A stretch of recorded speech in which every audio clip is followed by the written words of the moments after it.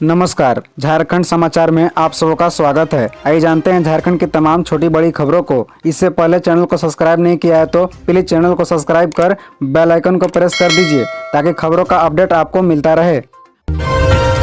श्री समेत शिखर जी पर अपना फैसला वापस ले झारखंड की हेमंत सोरेन सरकार है, बोले रांची के सांसद संजय सेठ है। दरअसल आपको बता दें कि रांची के बीजेपी सांसद संजय सेठ ने जन समाज की जनभावनाओं को ध्यान में रखते हुए मुख्यमंत्री हेमंत सोरेन से पारसनाथ पर्यटन स्थल नहीं बल्कि तीर्थ स्थल रहने देने की मांग की है। श्री सेठ ने कहा कि पारसनाथ तीर्थ श्री समेत शिखर जी जन समुदाय के करोड़ों लोगों की आस्था का केंद्र है। यहाँ कई तीर्थकरों ने तपस्या की और मोक्ष की प्राप्ति की है। श्री समेत शिखर जी की पवित्रता को बनाए रखने के लिए झारखंड सरकार को अपना फैसला वापस लेना चाहिए। राज्य के सांसद संजय सेठ ने जन समाज का समर्थन किया है। उन्होंने कहा कि झारखंड के हेमंत सोरेन सरकार द्वारा श्री समेत शिखर जी को पर्यटन क्षेत्र घोषित किए जाने के बाद ही जन समाज में रोष है। देश भर के जन समाज से जुड़े लोग सड़कों पर विरोध प्रदर्शन कर रहे हैं। हेमंत सोरेन सरकार को अपना फैसला वापस लेना चाहिए ताकि श्री समेत शिखर जी की पवित्रता बरकरार रहे।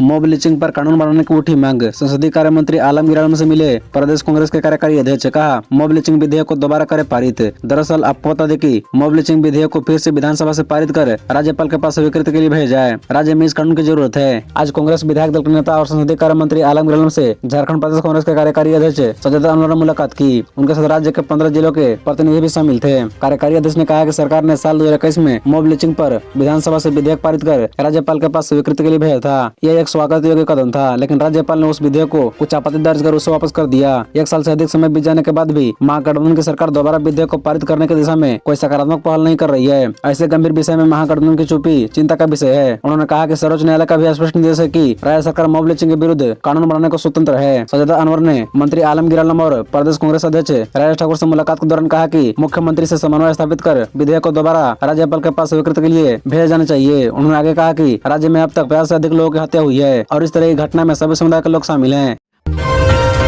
तालाब से मिली खोपड़ी का नहीं हुआ पोस्टमार्टम, रेबिका के होने की आशंका। दरअसल आपको बता दें कि बोरियो संताली मौजा के पुराना शिवालय के तालाब से बरामद इंसानी खोपड़ी को रविवार को सदर अस्पताल में पोस्टमार्टम नहीं हो सका। खोपड़ी कई दिन पुराना हो जाने और सिर्फ शरीर का शेष हिस्सा नहीं रहने से डॉक्टरों के बोर्ड ने इसे दुमका स्थित फूलोझर मेडिकल कॉलेज रेफर कर दिया है। पुलिस को आशंका है कि यह खोपड़ी रेबिका की हो सकती है। बीते 16-17 दिसंबर की रात बोरियो को फाजिल टोला में रेबिका पहाड़िन को पहले गले दबाकर हत्या करने के बाद साथ मिटाने के इरादे से उसके शव को छोटे छोटे टुकड़े कर दिए गए थे। पुलिस ने जांच के दौरान मानक अंक के 18 टुकड़े बरामद कर पोस्टमार्टम के लिए भेजा था। इस मामले में रेबिका के पति दिलदार अंसारी समेत 10 आरोपी को पुलिस ने गिरफ्तार कर न्यायिक हिरासत में जेल भेज चुकी है। इधर तालाब में मछली मारने के दौरान बोरियो केवट टोला के मछुआरा अनिल केवट ने सबसे पहले इंसानी खोपड़ी को देख पुलिस को सूचना दी। बोरियो थाना पुलिस ने मौके पर पहुंचकर इंसानी खोपड़ी को जब्त कर पोस्टमार्टम के लिए सदर अस्पताल भेजा था।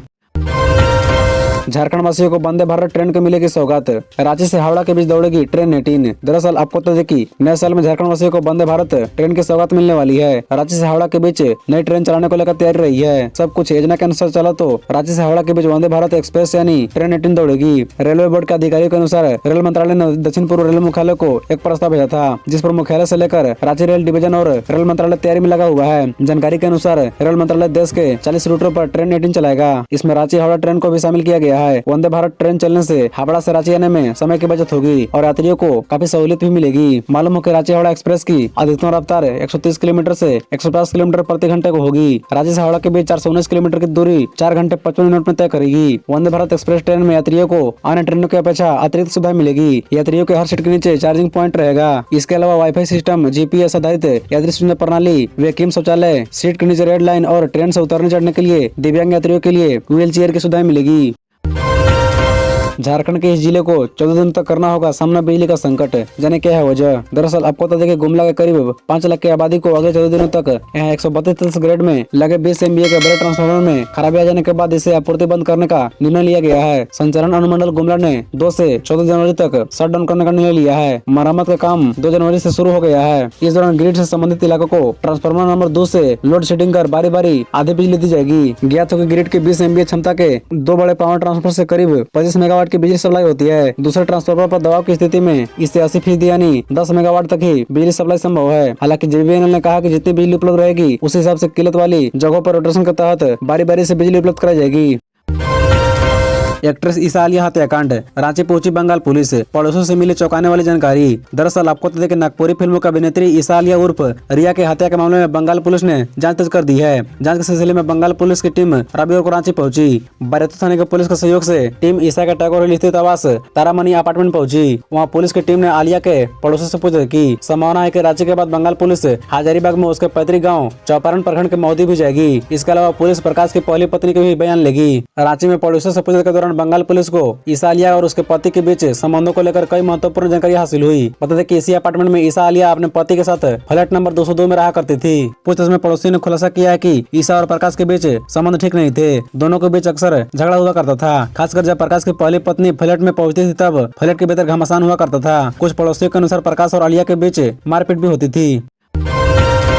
देश में कहीं से भी कर सकेंगे वोटिंग, घर जाने की नहीं होगी मजबूरी, चुनाव आयोग का यह है प्लान। दरअसल आपको बता दें कि देश में अब कहीं से भी वोटिंग की जा सकेगी। प्रवासी मतदाताओं की सुविधा को देखते हुए चुनाव आयोग ने रिमोट वोटिंग पर काम करना शुरू कर दिया है। इससे घर से बाहर रह रहे वोटरों को चुनाव आयोग के समय घर आने की मजबूरी नहीं होगी, वे वहीं से वोट कर सकेंगे। भारत निर्वाचन आयोग नई दिल्ली द्वारा दिनांक 16 जनवरी 2023 को सुबह 11 बजे विज्ञान भवन नई दिल्ली में राजनीतिक दलों के प्रतिनिधियों के लिए बहु निर्वाचन क्षेत्र prototype remote electric voting machine की कार्यप्रणाली का प्रदर्शन किया जाएगा। इस अवसर पर आयोग के तकनीकी विशेषज्ञ समिति के सदस्य भी उपस्थित रहेंगे। भारत निर्वाचन आयोग ने रोजगार, शिक्षा व अन्य कारणों से गिरिडीह नगर से देश में दूसरी जगह पर रह रहे नागरिकों को रिमोट वोटिंग की सुविधा देने का काम शुरू किया गया है। इससे देश में कहीं से भी अपने गृह मूल निर्वाचन क्षेत्र के लिए मतदान करना संभव होगा। प्रवासी मतदाताओं को मतदान के लिए वापस अपने गृह राज्य नगर जाने के झंझट से मुक्ति मिलेगी।